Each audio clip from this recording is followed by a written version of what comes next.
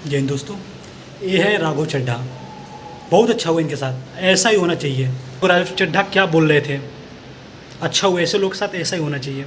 Sir, जब एक user अपना मोबाइल फोन रिचार्ज कराता है तो उसे अपने रिचार्ज प्लान के हिसाब से डेली की डेटा लिमिट मिलती है, 1.5 GB, 2 GB या 3 GB प्रतिदिन।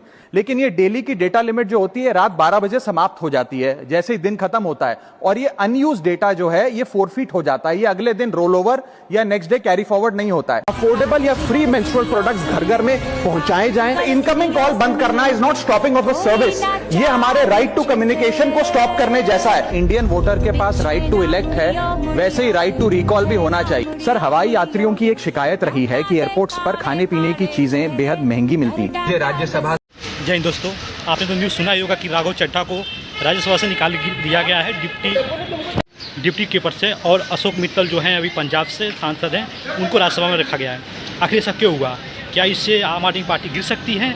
उसका डर है अरविंद केजरीवाल को कि उससे आगे कोई चला जाएगा। ये वीडियो देखो पहले, राघव चड्ढा के साथ क्या हुआ। मैं तो जब बात करता हूं देश के आम आदमी की बात करता हूं। एयरपोर्ट पर मिल रहे महंगे खाने की बात रखी, जोमैटो ब्लिंकिट के डिलीवरी राइडर्स की प्रॉब्लम रखी, खाने में मिलावट का मुद्दा उठाया, टोल प्लाजा लूट से लेकर बैंक चार्जेस लूट की बात करी, यहाँ तक कि मिडिल क्लास पे टैक्स के बोझ से लेकर कंटेंट क्रिएटर्स पर स्ट्राइक क्यों करी जाती है, टेलीकॉम कंपनियां कैसे 12 महीने में 13 बार हमसे रिचार्ज कराती हैं, डेटा रोल ओवर नहीं देती हैं, रिचार्ज खत्म होने के बाद इनकमिंग रोक देती है, तमाम इश्यूज मैंने सदन में उठाए।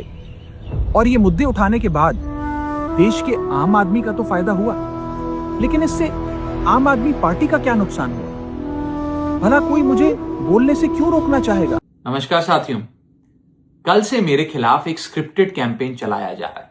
सेम भाषा, सेम बातें, सेम आरोप।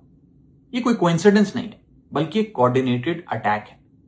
पहले मैंने सोचा कि मुझे इसका जवाब नहीं देना चाहिए, फिर लगा कि कहीं एक झूठ को 100 बार बोला जाए तो कुछ लोग मान ना लें, इसलिए मैंने सोचा कि जवाब दूं। आम आदमी पार्टी ने 3 आरोप लगाते हुए यह कहा कि इन 3 आरोपों की वजह से हम राघव चड्ढा को पार्लियामेंट में बोलने का मौका नहीं देंगे। राघव चड्ढा के पार्लियामेंट में बोलने पर रोक इसलिए लगाई गई क्योंकि उन्होंने ये 3 गलतियां करी। मैं एक एक करके इन तीनों पर आपसे बात करना चाहूंगा। पहला आरोप कि जब ऑपोजिशन पार्लियामेंट से वॉकआउट करता है, सदन से वॉकआउट करता है, तो राघव चड्ढा वहीं बैठे रहते हैं, वो वॉकआउट नहीं करते। यह सरासर झूठ है, सफेद झूठ। मैं चुनौती देता हूं, एक इंस्टेंस, एक दिन ऐसा बताइए जब ऑपोजिशन ने वॉकआउट किया हो और मैंने उनका साथ ना दिया हो, मैं साथ में वॉकआउट नहीं किया हो। और पार्लियामेंट में तो हर जगह सीसीटीवी कैमरा है, आप सीसीटीवी कैमरा निकाल कर दिखा दीजिए, दूध का दूध और पानी का पानी हो जाएगा।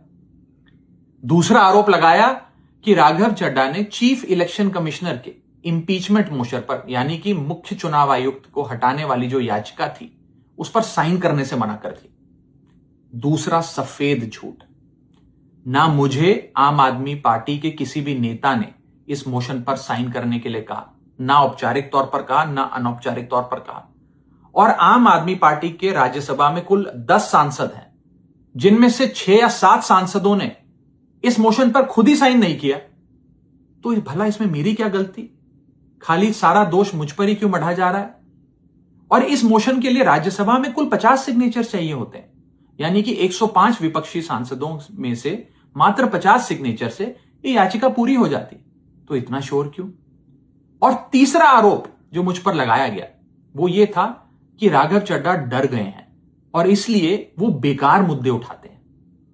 पहली बात मैं बता दूं कि मैं पार्लियामेंट में शोर मचाने, चीखने, चिल्लाने, माइक तोड़ने या गाली देने नहीं गया। मैं वहां पर जनता के मुद्दे उठाने गया हूं, लोगों की बात करने गया हूं। और मैंने कौन सा मुद्दा नहीं उठाया?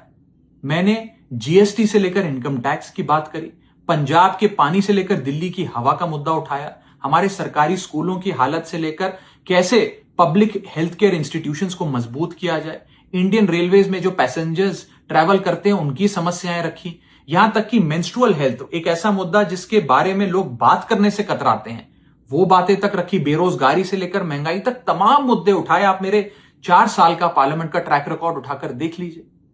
और मैं पार्लियामेंट में इंपैक्ट क्रिएट करने गया हूं, मैं पार्लियामेंट में रकस क्रिएट करने नहीं गया। ये टैक्स पेयर के पैसे से जो पार्लियामेंट चलती है, उस टैक्स पेयर के मुद्दे उठाने में पार्लियामेंट में गया हूं।